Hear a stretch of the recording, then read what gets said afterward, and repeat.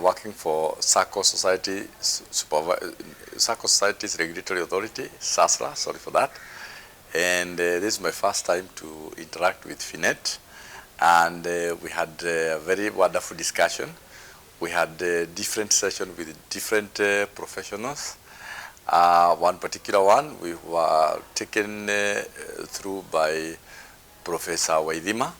This is a discussion basically on budgeting, what one needs to do on retirement.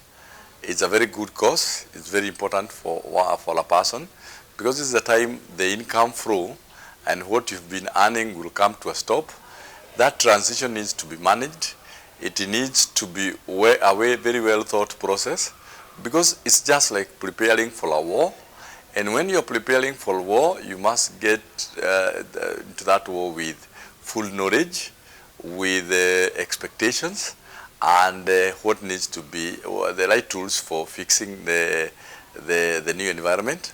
One thing I can say, this is my first time to attend Finnet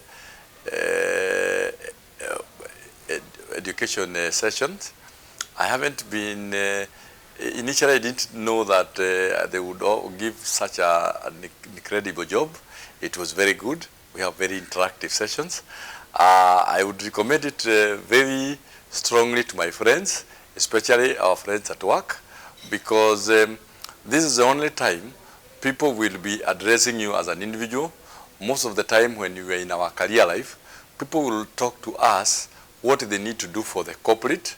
But in this training, the center of the focus was myself, what I need to do in retirement, to face retirement with all the strength, to face it with all the goodwill that is there.